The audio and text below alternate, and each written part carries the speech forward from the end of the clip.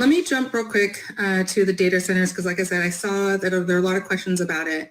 And just to give people a little bit of a background on Joe's area in Colorado. So Colorado Springs, El Paso County, it's a pretty big tourist draw. In fact, there's like about $30 billion a year, I think, in tourist income that feeds the local economy.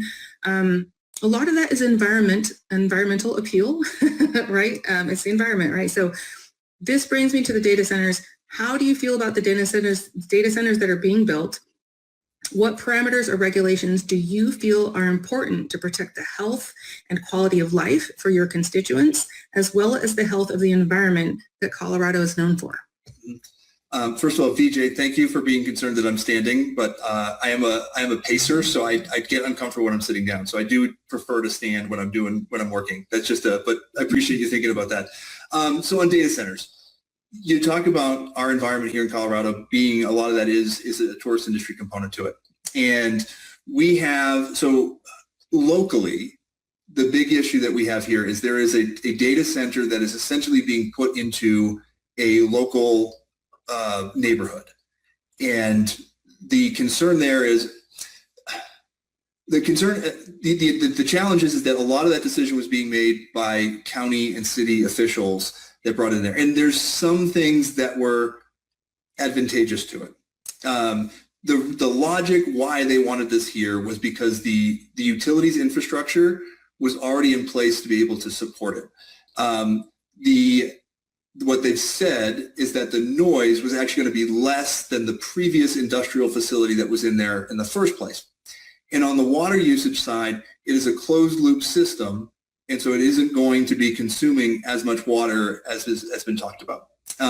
Now, how truthful those statements are, I don't know, and I think there's a lot of reasons to question that. So when we talk local, hyper-local, that's where that connection is. So at the federal level, what do we need to be doing? Clear environmental standards. And what I've spent a lot of time looking at is there is a group, it's a mixture of labor and environmental groups called the Blue-Green Alliance that are really trying to understand how do you bring together these things that create strong union-focused jobs to build what we need while having minimal environmental impact. Water is so often the big component of that, and that's why these closed-loop systems are really key. But what isn't talked a lot about is the heat that is generated from these things as well. So I think in one study I read that these things can increase the temperature of around like 5 degrees within about a 2 to 3 mile radius. So putting it inside of a neighborhood, obviously we can see that that's not a great idea. And I know somebody put a comment in there about the impacts on wildlife too. And on the noise side, there is of course what the audible version of what we as humans can hear, but there's also a substantial amount of subsonic vibrations that also get into there. So we don't hear this sound, but it does impact our bodies and it impacts our animal bodies.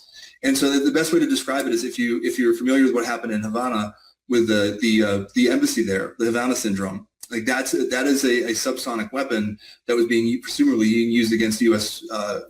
diplomatic officials there. And that's kind of what one of these data centers would be looking at. So we've got to make sure that in terms of what that environmental impact, it does consider the health of humans as well as the animal population. Here in Colorado Springs, we also have a pretty robust space industry. And so looking at, what is the potential? I don't like the Chinese have been experimenting with undersea data centers. Well, then we're just warming up the ocean even more. And that seems like that's not going to help us with anything. So we have the idea of potentially looking at space-based data centers as another means, but then there's an environmental impact to that component as well. Yeah. So when you're having big data centers falling out of the sky and pieces of it.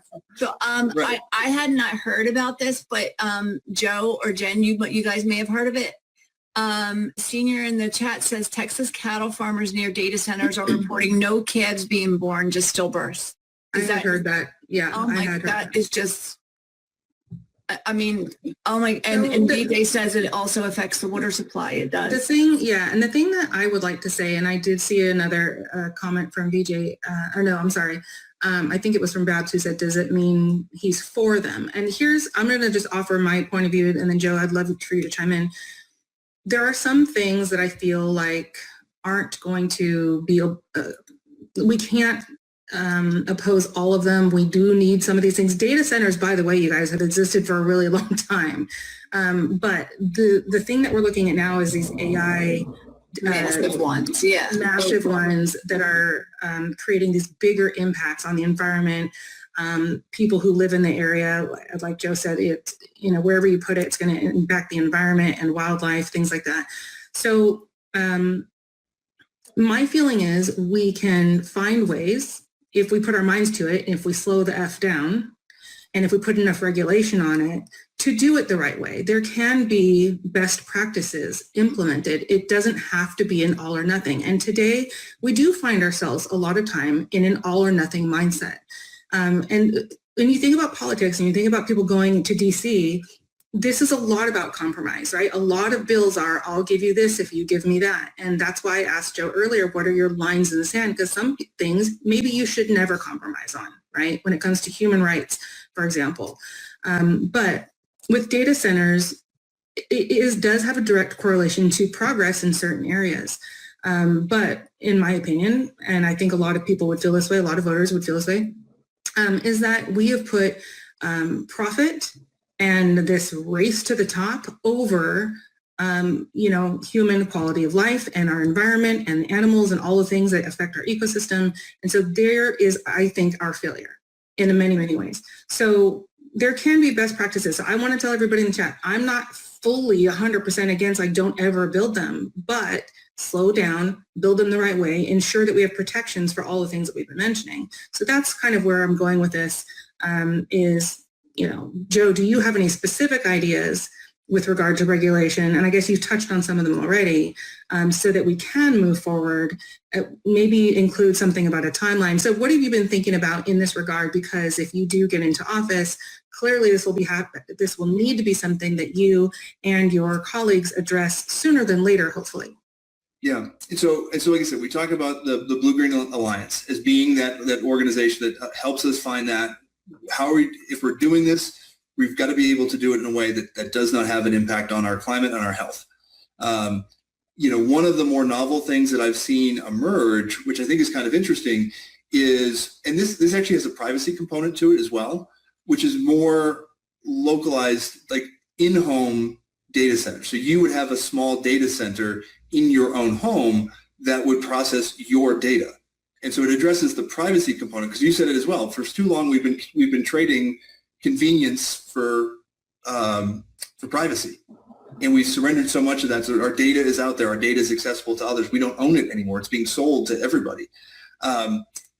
We cannot allow the tech industry to simply write their own rules, because that's what has got us into this problem. Whether it be data centers, whether it be you know, over monopolization of organizations like Amazon, you know, hyper corporate profits at the expense of workers. And there's plenty of conversations to be had about Amazon. Yeah.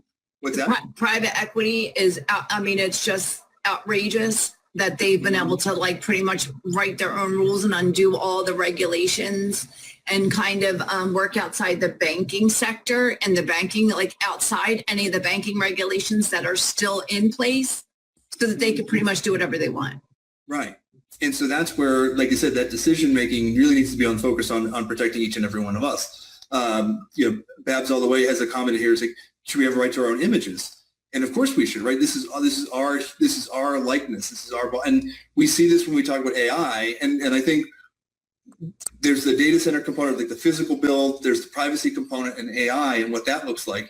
And it's alarming to me to see the amount of intimidation, of bullying that exists by utilizing AI, especially with young adults who are seeing their, you have tools online that people can take those photos and create, very disturbing images that are being used to harm young people. And there's been no means to be able to do that. And so Europe has kind of found a good balance, I think, of trying to figure out that right to privacy without infringing on the First Amendment. And I do think that we need to really fundamentally relook who is owning the data that we generate, and how are we able to protect our privacy?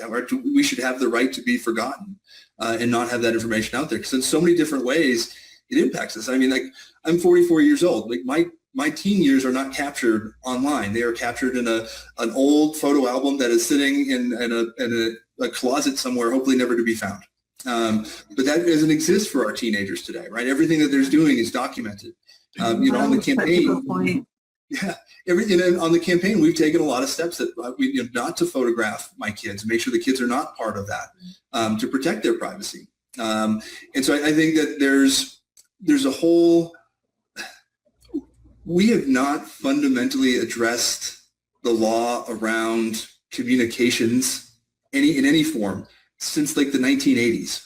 And we have allowed the tech industry to essentially have free reign to create a system where we are the product, we are not the customer, right? And how often do you get to talk to Facebook customer service? You don't, because you're not the customer.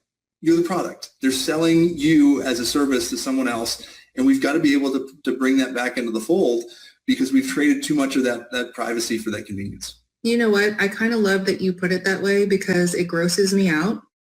And I actually think that's the visceral reaction that more people need to hear and have in order to help vote the right way. Whether it's your constituents to support you so that you can vote the right way on our behalf. But I don't think enough people are understanding how we are being used. And that's a gross feeling. And I think we should be grossed out by it. And so we can stop it.